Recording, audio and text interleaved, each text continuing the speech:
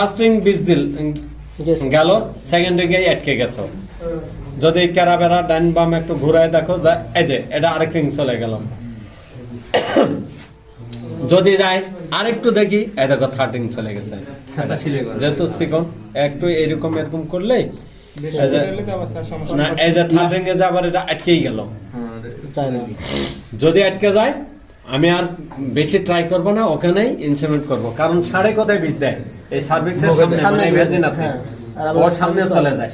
আর আমার পাইপ যদি সরাসরি ঢুকতে যায়, এই দেখো এবার দেখছো একটু হাতও ঘুরাইতে হয়। আগের বার আটকে গেল, আর যেই দেখো হাত ঘুরাইছি বডিটা নরমাল হয়েছে, এই যে চলে গেল। এই কোথায় চলে যাচ্ছে? একবার দিল্লি পর্যন্ত। তো দিল্লি পর্যন্ত আমি বীজ দেবো? কারণ যদি রাইট হর্নে বীজ দিই আর ওভাম যদি লেফট হর্ন থেকে লেফট হর্নে আসে, কাজ হবে না। তাহলে আমি কি করব, দুই হর্নের যে